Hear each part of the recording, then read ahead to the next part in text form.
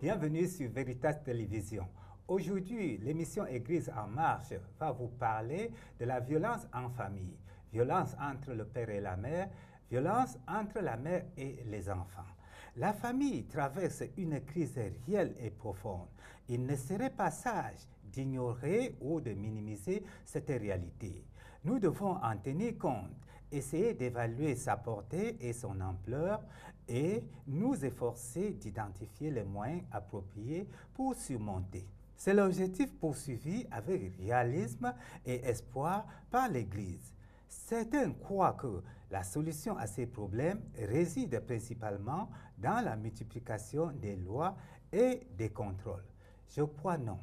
L'invité de ce jour, c'est le Père Augustin Marie. Il a bien voulu répondre à nos questions. Bonsoir, mon Père. Bonsoir, Monsieur Christophe. Oui. Et je salue tous les téléspectateurs qui nous suivent actuellement. Je salue et remercie tous les techniciens qui nous prêtent main forte pour la réalisation de cette émission. Oui, mon Père. Pour la petite histoire de votre vocation, comment êtes-vous devenu prêtre de Jésus-Christ? J'ai été appelé par le Seigneur, c'est-à-dire j'ai ressenti l'appel du Seigneur quand j'avais entre 16 et 17 ans. Donc j'ai été suivi par les pères salésiens de ma paroisse, par la paroisse Saint-François-Xavier de la ville de Porto-Novo au Bénin. Et là, après 2 ans de suivi, j'ai fait mon entrée chez les franciscains de l'Immaculée qui m'ont envoyé à Rome, en Italie, pour les études. J'ai été ordonné en 2010, le 25 mars, et je bénis le Seigneur pour la grâce de la vocation qu'il m'a faite. Merci mon Père, merci pour la lumière que vous nous donnez. Oui, aujourd'hui nous allons parler de la famille.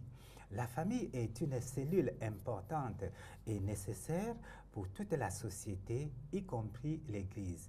Elle est d'ailleurs appelée Église domestique. Du bien-être de la famille dépend le bien de toute la société. Mon Père, cette année, le pape François invite tous les chrétiens et tous les hommes de bonne volonté à adopter comme système de vie la non-violence. Quel serait d'après vous, mon Père, ce qui pourrait être à l'origine de la non-violence dans les familles, mon Père? Merci, Monsieur Christophe. Aujourd'hui, on parle beaucoup de violence et on parle de violence dans les pays, de violence de guerre, de violence entre les personnes au niveau des quartiers, des villes et même de la famille. Et comme vous venez de le rappeler, le pape François, dans sa lettre, dans son message pour la célébration de la 50e journée mondiale de la paix, invite tous les hommes de bonne volonté, tous les chrétiens, à adopter la non-violence. Pourquoi? Parce que aujourd'hui, plus que jamais, le monde a besoin de paix, de tranquillité. Le monde a besoin de Dieu, parce que le Christ est le prince de la paix.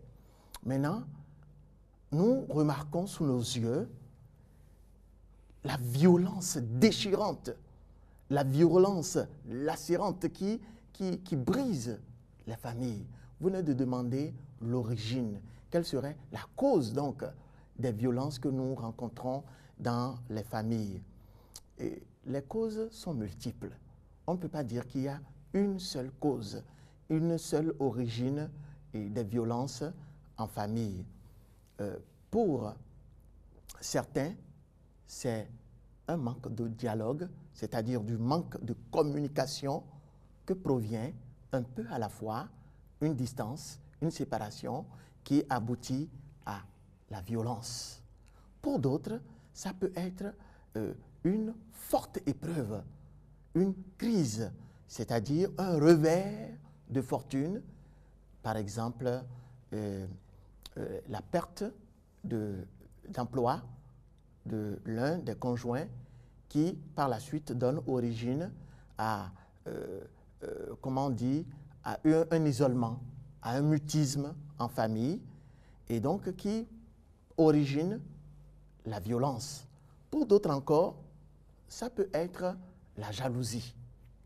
La jalousie peut être à l'origine de la violence dans la famille entre le père et la mère, ou bien même entre les enfants et l'un des parents, pour le simple fait que l'un des parents, par exemple, développe une attitude affective un peu trop poussée envers l'un des enfants, et la mère pourrait prendre ça comme une rivalité et considérer du coup sa propre fille comme rivale. Cela se passe. Et comme autre cause de violence en famille, on peut citer les échecs. Les échecs des enfants, et donc les parents entre eux s'accusent réciproquement. Vous voyez comme les causes peuvent être multiples au niveau de la violence dans les familles. Oui, mon père, il y a une parole de Jésus. Rappelons-nous de cette parole de Jésus qui dit que c'est du cœur que proviennent les pensées mauvaises, mensonges, adultère, alors tout cela.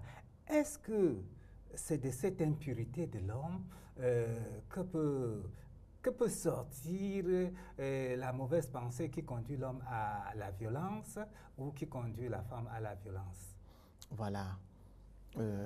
La question elle est très bonne parce que elle place l'origine même de la violence tout court, pas que de la violence en famille, dans le cœur de l'homme. Parce que c'est du cœur de l'homme que proviennent toutes les pensées obscènes, que proviennent toutes les attitudes qui vont contre l'amour fraternel. Alors, c'est vrai que au niveau de chaque personne, les déviations ne sont pas que le fruit d'une réaction, mais aussi le fruit d'un désordre intérieur, et donc qui part de l'amour propre ou qui peut être la cause d'un déséquilibre psychologique ou psychosomatique. Et dans ce cas, voilà, c'est du cœur de l'homme, comme le dit Jésus, que proviennent tout ce qui est déséquilibre, tout ce qui est incompréhension, tout ce qui est lutte, tout ce qui est opposition, même dans les familles. Et mon père, cette semaine, il y a des journaux qui parlent d'une maman qui a repassé son enfant à l'aide du fer. Est-ce là aussi une source de violence, mon père? Voilà. Une maman qui repasse son enfant avec le fer à repasser. Nous savons tous qu'un enfant n'est pas à repasser. S'il est froissé, il est peut-être froissé du point de vue moral, et ceci est une grave déviation. C'est une grave déviation, et là, tout de suite, on sait que c'est une violence. Il n'y a pas à tourner en rond, c'est une violence, mais quelle pourrait être la cause de cette violence? Cette maman, elle est sans doute une mère frustrée. Frustrée par la vie, frustrée peut-être aussi par ce qu'elle subit, frustrée peut-être aussi par ce que cet enfant qui a été repassé lui fait subir. Vous savez, et quand il y a violence entre deux personnes, la violence, cette violence n'est jamais uniquement duel. Elle fait intervenir toujours ou presque toujours une troisième personne. La violence, surtout dans le cercle familial, est comme l'expression d'un malentendu, c'est-à-dire la tentative violente de substituer, de remplacer ou d'essayer de porter un remède à un malentendu, c'est-à-dire un message qui a été passé mais qui n'a pas été reçu.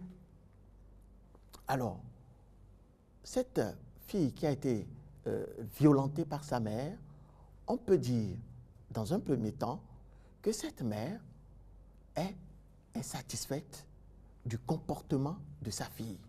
Sa fille aurait sans nul doute développé un comportement chaque fois corrigé ou réprimandé d'une manière qui n'a pas toujours été acceptée par la fille. Ou alors, cette mère exerce une violence sur sa propre fille comme pour se venger du père qui n'intervient pas dans les soins de leur fille. Alors, vous voyez que ici, la violence est pathologique, sans nul doute. Elle est symptôme d'une déviation psychosomatique. C'est clair. Cependant, il faut aller à l'origine, essayer de comprendre les causes des agissements de cette mère. C'est une mère, comme je l'ai dit tout à l'heure, profondément frustrée. Mais elle est frustrée à tel point que ça déborde. Et à vous comprendre, nous comprenons que la violence et le débordement de certaines accumulations de colère, peut-être. Tout à fait, tout à fait. Et je peux dire que souvent les mères, pour punir le père, punissent le fils, punissent l'enfant. Et donc c'est une manière détournée et maladroite de vouloir exercer une pression sur le père en punissant maladroitement l'enfant. Ça arrive souvent. Par exemple, comme de ces mères qui insultent leur enfant en prononçant le nom du père. Comme une maman qui dit « Regardez-moi sa grosse tête comme la tête de son père. Tu ressembles à qui? Tu ne me ressembles pas. Tu ressembles sans doute à quelqu'un qui t'a mis au monde, mais pas à moi. » Mais ce quelqu'un serait qui? C'est sans doute le père. Le père. Vous voyez, c'est le père. Et cette mère qui a commis cet acte ignoble est une mère qu'il faut aider parce que avant d'être violente, elle est malade. Voilà. Avant d'être violente, elle est malade. Voilà. Oui, mon père, nous restons toujours avec la famille. Par ailleurs, la désobéissance des petits-fils aux grands-mères, est-ce que c'est aussi une source de violence? Parce que vous verrez une grand-mère qui est en train même de pleurer parce qu'elle a demandé à son petit-fils de lui apporter de l'eau à boire et il s'en fout, il est déjà dehors pour jouer au ballon. Bien, vous voyez, il ne faut pas qu'on attribue de manière hâtive et précipitée disons, des comportements où qu'on affiche, qu'on accuse, voilà, de manière précipitée les enfants, certains enfants qui, juste pour un souci de distraction, ne répondent pas aux sollicitations de certains de leurs parents et en l'occurrence de la grand-mère. Mais il est quand même bon de comprendre que la têtutesse est un signe révélateur d'une instabilité familiale. Un enfant qui est têtu et qui est récalcitrant dénote d'une insatisfaction. C'est-à-dire, il exprime par là même qu'il y a une réponse qu'il n'obtient pas de ses parents. Il y a des attentes qui ne sont pas comblées. Et du coup, pour révéler son insatisfaction, pour révéler qu'il n'est pas content, son mécontentement, il développe des attitudes ou des habitudes contraires à la docilité, contraires donc à ce qu'on peut appeler l'amour filial, l'amour d'un fils pour ses parents. Et là, mon père, on constate un point de manquement au niveau des parents à l'attention de ces enfants envers la grand-mère. Bien entendu, quand, par exemple, un enfant attend de ses parents qu'ils soient bien soignés, bien nourris, et qu'on lui porte une affection un peu plus concrète et non simplement idéale ou abstraite. Alors, comme je l'ai dit tantôt, les enfants deviennent évasifs et ils vont chercher ailleurs ce qu'ils ne trouvent pas à la maison. Ces enfants, quand on parle d'enfants, il faut aussi qu'on essaie de catégorifier. Alors, les enfants qui sont dans l'adolescence, c'est chez eux qu'on note le plus souvent ce genre de comportement. Et ils sont récalcitrants, ils sont têtus, ils n'obéissent pas à leurs parents, et ils n'obéissent pas à leur grand-mère. Et du coup, quittent le cercle familial pour aller chercher dehors ce qu'ils ne trouvent pas à la maison. Qu'est-ce qu'ils ne trouvent pas dehors? Ils ne trouvent pas l'attention. Ils ne trouvent pas le soin paternel, le soin maternel, l'affection des parents et qui laissent un vide en eux. Et raison pour laquelle parfois ils deviennent indociles, même envers les grands-parents. Mon père, est-ce qu'on peut parler de la violence de l'enfant envers les parents? Si oui, on voit un enfant qui ne reconnaît pas son tuteur comme son parent. Voilà, très bien. Pour cela, il y a effectivement des enfants qui n'obéissent pas du tout. Ça aussi, c'est une forme de violence. Oui, il n'y a pas que les parents qui sont violents envers les enfants. Il y a des enfants qui font pleurer leurs parents. Il y a des enfants qui font souffrir leurs parents. Il y a des enfants qui, pratiquement, s'éloignent de l'éducation, de la très bonne éducation que leurs parents leur donnent pour aller se mêler à des camaraderies, à des comportements complètement opposés à ce que leurs parents leur inculquent, ce qui est déplorable. Donc, pour répondre à votre question, c'est oui. Oui, il y a des enfants qui exercent, entre griffes, une sorte de violence sur leurs parents. Et cela est un symptôme de mal entendu, de mal-être.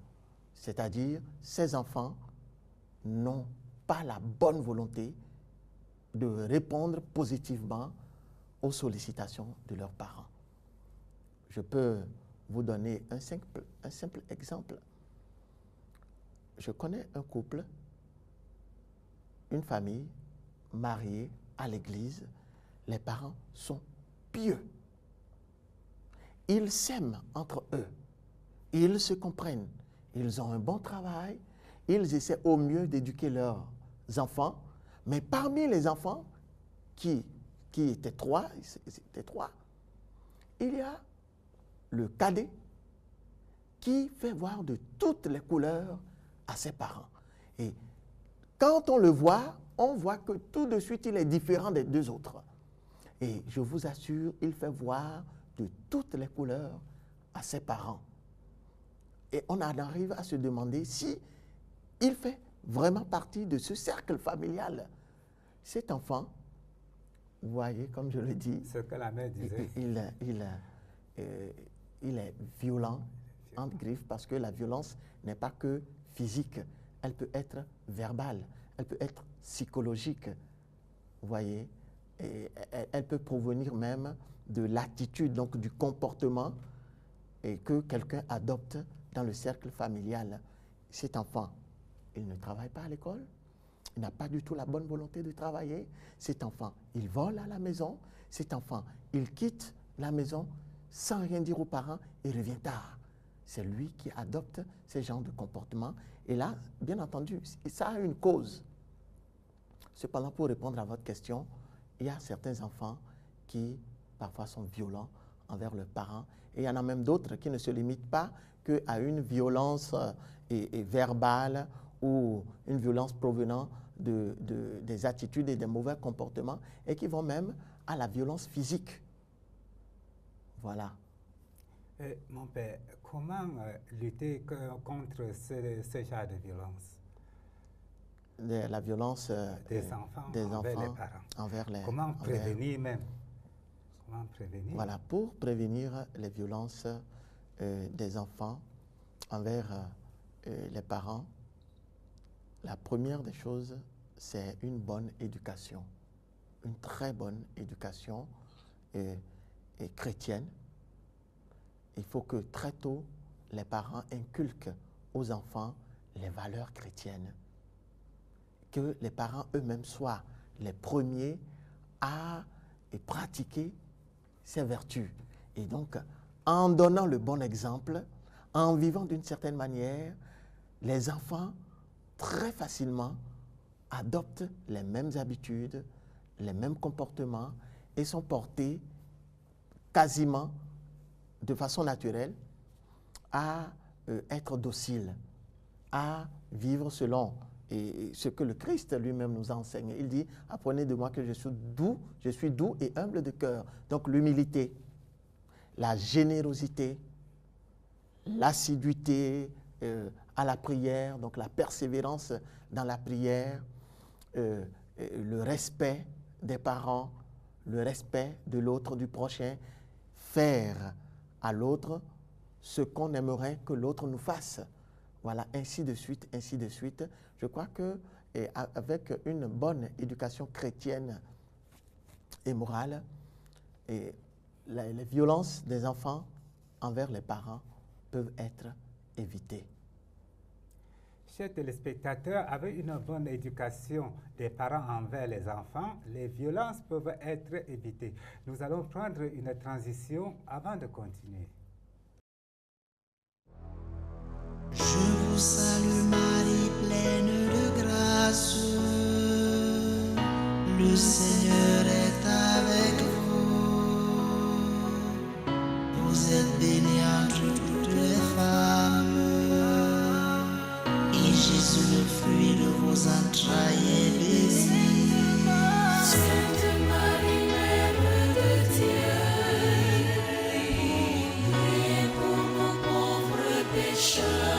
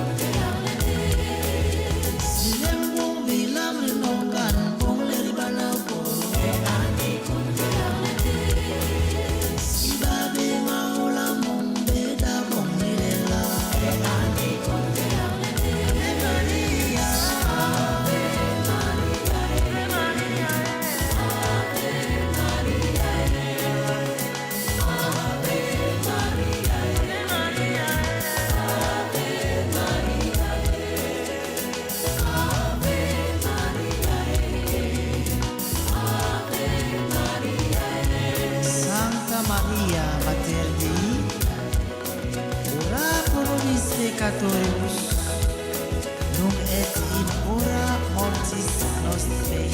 Amen. Salve, salve, salve Mater. Nous sommes du retour sur ce plateau de Veritas TV avec pour invité le père Augustin Marie. Il a bien voulu répondre aux questions de la télévision Veritas sur la violence en famille. Mon père, la violence est devenue monnaie courante dans certaines familles. Comment se mettre à l'abri de tout ça? Oui. Comment d'abord même expliquer cette réalité, cette triste réalité. Alors, il faut dire que le monde connaît une évolution vertigineuse et que la famille elle-même, comme vous l'avez dit tout à l'heure, elle est attaquée. La famille connaît des assauts qui viennent de toutes parts, qui viennent de partout. Il y a la télévision, par exemple, qui tend à imposer un modèle de vie, un modèle de la famille qui n'est pas toujours un modèle réalisable. Il y a les grands lobbies du monde qui veulent que la famille adopte un cliché avec toutes les possibilités, toutes les dérives. Donc, une chose et son contraire, comme par exemple se marier et en même temps avoir la possibilité de divorcer à l'état civil.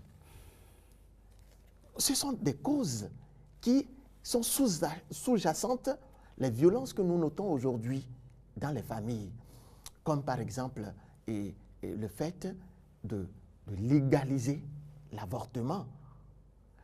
Comment comprendre que dans un cercle familial, on autorise un couple, et voir donc une famille à tuer de façon légale un innocent?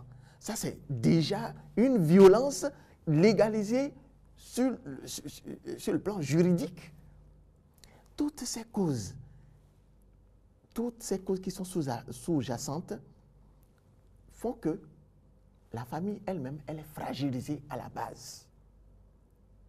Et quand un couple est fragilisé de cette manière, c'est clair qu'il ne résiste pas à la première difficulté.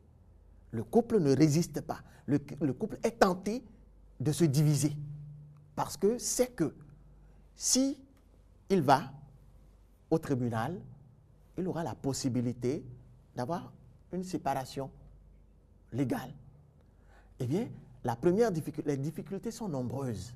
Les difficultés qui font qu'aujourd'hui, il y a beaucoup de violence dans les familles. Et ce sont les femmes qui, pour la plupart, sont les plus grandes victimes. Alors, les violences que nous notons dans les familles, comme des maris qui battent leurs femmes, ou comme des pères qui maltraitent leurs propres enfants, ou des pères qui fuient leurs responsabilités, qui laissent femmes et enfants à la maison pour aller faire, entre griffes, la vie, pour aller entretenir un premier bureau, un deuxième bureau. Cela génère naturellement, je dis bien naturellement, c'est dit de façon conséquente, des violences au sein de la famille. Alors les mères, du coup, deviennent violentes envers les enfants parce qu'elles n'ont pas le soutien de leur mari. Elles développent parfois même de façon inconsciente des violences envers leurs enfants, mais qui en réalité sont l'expression d'une violence subie de la part du mari et qui est une violence donnée, imposée à l'enfant. Et l'enfant, à son tour, développe une violence envers les parents. Par quoi? Par les échecs répétés à l'école, par la délinquance, par l'alcool. Vous voyez, ça devient une spirale de la violence dans la famille, au sein de la famille, qui ne dit pas son nom et qui est du coup difficile, auquel on trouve difficilement un remède, une solution. Merci mon père. Est-ce que dans la famille, la violence peut être seulement exercée sur les hommes, sur les personnes humaines dans la famille, ou il y a plusieurs manières d'appliquer la violence? Bien sûr, oui, il y a plusieurs manières d'appliquer la violence. Et à certains moments, la violence qui doit être exprimée, je dis doit être exprimée sur une personne physique, est détournée de manière astucieuse, par exemple sur un animal. Et ici, c'est le chien de papa ou le chat de papa. Et l'enfant, il bat le chat, il lui casse une patte pour indirectement faire du mal à son père. Donc, la violence en famille peut passer par plusieurs manières, par plusieurs astuces. Et voilà. Et donc, c'est clair que la violence en famille n'est pas que à l'endroit des personnes physiques qui vivent au sein de ce cercle. Même certains parents ne donnent plus la ration. C'est aussi une violence quand on ne rationne plus la maman. Quand on ne rationne pas la maman ou quand on ne donne pas l'argent de beignet, donc l'argent de poche aux enfants. Et ce sont des manières d'être violent en famille. Oui, mon père. Pour sortir de cette édition aujourd'hui, je vous prie de nous donner un dernier mot sur la violence en famille. Voilà, nous avons parlé de violence. Sans dire un mot de manière très claire sur les remèdes à apporter à la violence pour remédier à ce que plusieurs familles subissent aujourd'hui. Le tout premier remède, c'est le dialogue. Un dialogue ouvert, un dialogue franc, un dialogue qui ne doit pas se limiter au stade de dialogue, mais qui doit aboutir à une vraie réconciliation et donc à de bonnes prises de résolution et pour remédier à ce qui ne va pas dans la famille. Donc, dialoguer pour poser les bonnes questions afin d'avoir les bonnes réponses, sans fuir les questions. Dialoguer pour avoir des bonnes questions et bonnes réponses sans fuir les questions. C'est sur ces mots du Père Augustin Marie que nous allons mettre point final à l'édition d'aujourd'hui. Mon Père, la prière, la dernière prière pour que nous sortons de ce studio. Au nom du Père et du Fils et du Saint-Esprit, Amen. Seigneur Dieu Tout-Puissant, nous te prions par l'intercession de la Sainte Famille de Nazareth, la famille de Joseph, Marie et de Jésus, ton Fils, pour toutes les familles du monde, pour toutes les familles qui nous écoutent en ce moment dans leur maison. Bénis-les, unis-les et éloigne d'elles la mésentente, la discorde et l'incompréhension. Toi qui es Dieu, pour les siècles des siècles. Amen. Amen. Chers téléspectateurs, nous vous disons à lundi prochain. C'est bon.